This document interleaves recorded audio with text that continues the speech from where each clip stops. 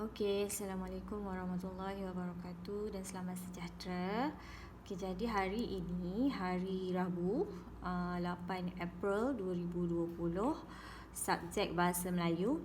Okey, kita sambung untuk sesi yang kelima Okey, sesi yang kelima. Okey, objektif saya ataupun objektif kita pada hari ini ialah yang pertama, membaca untuk mengenal pasti idea keseluruhan dalam teks. Yang kedua, membaca untuk mengenal pasti idea utama dalam setiap perenggan. Dan yang ketiga, membaca untuk mengenal pasti idea sampingan dalam setiap perenggan. Okey Jadi kita dah tahu tugasan awak hari ini. Yang pertama, awak perlu cari idea keseluruhan. Yang kedua, awak perlu cari idea utama. Dan yang ketiga, awak perlu cari idea sampingan. Okey. Bagaimana caranya? Menggunakan teknik bacaan, luncuran dan imbasan. Okey, apa tu teknik bacaan luncuran? Okey, luncuran tu maksudnya ialah kamu membaca dengan laju untuk mendapatkan maklumat ringkas tetapi menyeluruh. Okey, tak semestinya kamu baca daripada perenggan pertama hingga perenggan yang terakhir, tak semestinya. Okey, untuk mendapatkan maklumat ringkas tetapi menyeluruh, kamu boleh baca perenggan pertama dan perenggan akhir. Kadang-kadang maklumat ringkas tu tetapi menyeluruh tu kamu tak dapat di perenggan pertama. Kamu kena baca lagi perenggan yang kedua. Atau mungkin juga kamu kena baca perenggan yang terakhir. Bergantung kepada artikel yang kamu baca. Dan teknik bacaan yang kedua adalah imbasan. Imbasan ni maksudnya lebih terperinci. Maksudnya ialah kamu membaca dengan laju tetapi kamu dah ada fokus kamu. Kamu dah ada fokus, kamu nak cari apa dalam bacaan. Contoh, kamu dah tahu kamu baca tentang iklan. Jadi kamu nak tahu bila. So itu maklumat khusus. So kamu imbas artikel, kamu imbas iklan tersebut untuk tengok bila, tarikhnya, di mana, kat mana majlis itu akan diadakan. Contoh maksudnya imbasan ni kamu dah ada fokus. Kamu dah ada benda yang kamu nak cari. Fokus yang kamu ingin dapat tu, ingin cari tu itu imbasan. Tapi kaedahnya sama, kamu membaca dengan senyap. Kamu baca secara senyap, maksudnya kamu membaca secara mentalis. Sebelum ni kita dah belajar kan membaca secara mekanis, iaitu kamu membaca dengan kuat, dengan suara yang kuat. Tetapi bacaan mentalis ialah kamu membaca dengan senyap dan laju. Untuk imbasan dan luncuran ni maksudnya kamu kena baca dengan laju. Sebab kamu nak cepat. Okey. Jadi hari ini bagaimana cara dia? Okey, hari ini saya akan menggunakan teks nilai perpaduan. Ini adalah buku teks tingkatan 1, muka surat 27. Okey. Ini teksnya. Okey. Jadi untuk tingkatan 2, kamu boleh guna, nanti saya akan berikan artikel muka surat berapa di buku teks. Untuk tingkatan 1, ini hanyalah contoh teks saja. Saya akan bagi kamu teks yang lain teks ni saya berikan sebagai contoh saja. Okey, jadi sekarang ni kita nak cari 3 perkara: idea keseluruhan, idea utama, idea sampingan. Okey, kalau kamu baca daripada teks ni, kamu nampak kan? Okey, saya bacakan perenggan yang pertama Perpaduan ialah kesepakatan seluruh masyarakat dalam sesebuah negara. Tanpa mengira bangsa, setiap anggota masyarakat membentuk identiti dan nilai kebersamaan serta perasaan cinta dan bangga akan tanah airnya sendiri. Persoalannya, apakah kepentingan perpaduan dalam sesebuah negara? Okey, bila saya tanya kepada kamu semua, biasanya lah jawapan yang saya akan dapat bila saya tanya artikel ini menceritakan tentang apa, kamu akan jawab perpaduan. Kamu akan jawab perpaduan. Okey, kamu kena tahu Perpaduan tu bukan idea keseluruhan, tetapi perpaduan tu adalah tentang tema artikel ni. Sama juga macam kita buat karangan sebelum ni kan. Tema kita alam sekitar, tetapi apa fokus kita? Sama juga dengan idea keseluruhan. Bila kita nak cari idea keseluruhan, kita mesti tengok apa itu fokus artikel. Perpaduan hanyalah tema artikel, tema teks. Jadi dia punya idea keseluruhan ialah apa? Kepentingan perpaduan tu. Di ayat yang terakhir, kepentingan perpaduan dalam sesebuah negara. Itulah idea keseluruhan. Nampak tak? Okey, jadi bila kamu dah tahu tu adalah idea keseluruhan, okey, nanti kamu buat dalam bentuk peta pemikiran. Okey, kamu buat macam saya ni. Okey, di tengah-tengahnya idea keseluruhan. Saya ringkaskan, IK ialah idea keseluruhan. Saya tuliskan kepentingan perpaduan dalam sesebuah negara. Okey, kemudian idea yang kedua, perkara yang kedua yang kita nak cari ialah tentang idea utama. Okey, kalau idea keseluruhan tadi adalah tentang fokus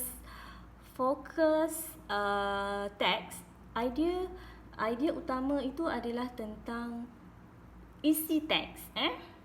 Okey, kalau idea keseluruhan tadi kita hanya membaca secara luncuran, kita baca secara luncuran, kita nak tahu apa artikel ni tentang apa, secara ringkasnya, secara menyeluruhnya. Okey, tapi untuk bila kita dah tahu idea keseluruhan dia adalah kepentingan perpaduan dalam sebuah negara, jadi idea utamanya kita dah fokus. Kita nak cari kepentingan perpaduan. Okey, jadi untuk mencari kepentingan perpaduan, kita perlu membaca secara imbasan. Okey, bila membaca secara imbasan, maksudnya kamu perlu teliti teks ini. Walaupun kamu baca dengan laju, mungkin dengan laju sedikit, tapi taklah selaju bacaan luncuran tadi. Tapi kamu kena teliti sebab kamu nak cari maklumat tertentu, iaitu kepentingan perpaduan. Jadi biasanya idea utama ni adalah isi penting dalam teks. Jadi kamu baca, okey, perpaduan kaum amat penting dalam kalangan masyarakat untuk mewujudkan masyarakat yang harmoni. Okey, jadi dekat situ dah ada dah, amat penting dalam kalangan masyarakat untuk mewujudkan masyarakat yang harmoni. Jadi itulah idea utamanya. Okey, jadi saya tuliskan dekat sini, mewujudkan masyarakat yang harmoni. Idea utama, IU. Okey. Kemudian idea sampingan. Jadi bagaimana nak mencari idea sampingan? Sama juga macam kita buat karangan sebelum ni. Macam mana kita nak huraikan sesuatu isi? Kita mesti menjawab soalan bagaimana, mengapa, apa, kan? Okey, jadi kita boleh tengok dekat situ. Keharmonisan sebuah negara sentiasa disokong oleh kestabilan politik. Keadaan ini membuka ruang kepada pemimpin dan masyarakat untuk bersatu tenaga bagi memajukan negara. Keadaan demikian mampu mewujudkan masyarakat yang mementingkan sikap bekerjasama. Okey, jadi dekat sini dia menjawab soalan bagaimana dengan pemimpin, membuka ruang kepada pemimpin dan masyarakat bersatu tenaga memajukan negara. Jadi saya tulis dekat sini idea sampingan saya. Pemimpin dan masyarakat bersatu tenaga memajukan negara. Dia menjawab soalan bagaimana. Maksudnya bagaimana untuk mewujudkan masyarakat yang harmoni dengan pemimpin dan masyarakat bersatu tenaga mewujudkan negara. Kemudian saya tambah lagi satu idea sampingan. Ni, nampak ni. Bab kata pepatah, ke bukit sama didaki, ke lurah sama dituruni. Hal ini secara tidak langsung mengikis sikap individualistik dalam kalangan masyarakat. Okay, jadi idea sampingannya yang kedua adalah kesannya mengikis sikap individualistik. Nampak tak?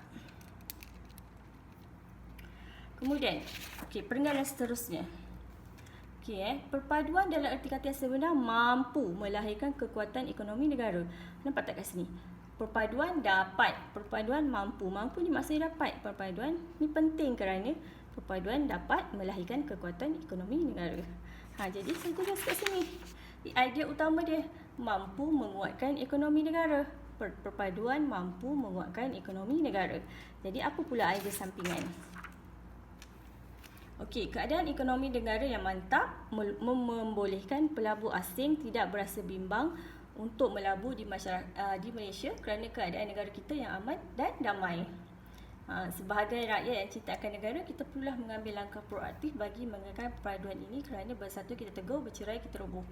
Okey, jadi apa idea sampingannya? Jawab soalan bagaimana. Keadaan negara yang aman dan damai menggalakkan pelabur asing melabur. Nampak tak? Okey, dalam artikel ini dia ada dua perenggan saja. Perenggan pertama adalah perenggan pendahuluan, kemudian isi 1, isi 2 dan kesimpulan. Jadi idea utama dan idea sampingan hanya untuk perenggan isi saja. Jadi ada perenggan 1 dan perenggan 2. Perenggan 2 dan perenggan 3. Okay, jadi bila kamu buat kamu meringkaskan teks ni, kamu buatlah macam ni. Jadi idea keseluruhan dia ialah tentang fokus teks tu. Jadi kemudian idea utama dan idea sampingan adalah daripada perenggan 2, perenggan 3, perenggan 4. Kalau ada perenggan 4, perenggan 5, okey. Buatlah kalau ada 4 perenggan, nak buat 4. Sini saya buat 2 je sebab dia ada 2 perenggan untuk idea utama, untuk isi teks. Dan perenggan kesimpulan tak perlu buat. Okey, faham tak? Okey, jadi saya ringkaskan dekat sini. Okey, idea keseluruhan ni adalah fokus teks. Okey. Idea utama adalah isi penting. Okey. Dan idea sampingan ni adalah huraian. Bagaimana menghurai? Menjawab soalan bagaimana atau mengapa atau apa, semua boleh. Cari idea yang paling relevan lah, yang paling sesuai untuk dikaitkan dengan idea utama. Okey, tak apa, mungkin kamu rasa macam tak faham, tak apa, kamu cuba buat. Okey, nanti dah buat macam biasa, snap dan hantar pada saya. Okey, saya akan semak. Okey, itu saja untuk hari ini. Okey, kita bertemu lagi di masa akan datang. Muka surat artikel yang mana, muka surat berapa yang kamu perlu buat, saya akan bagi tahu dalam arahan tugasan nanti. Saya akan masukkan dalam grup WhatsApp masing-masing. Okey, itu saja. Sekian, terima kasih.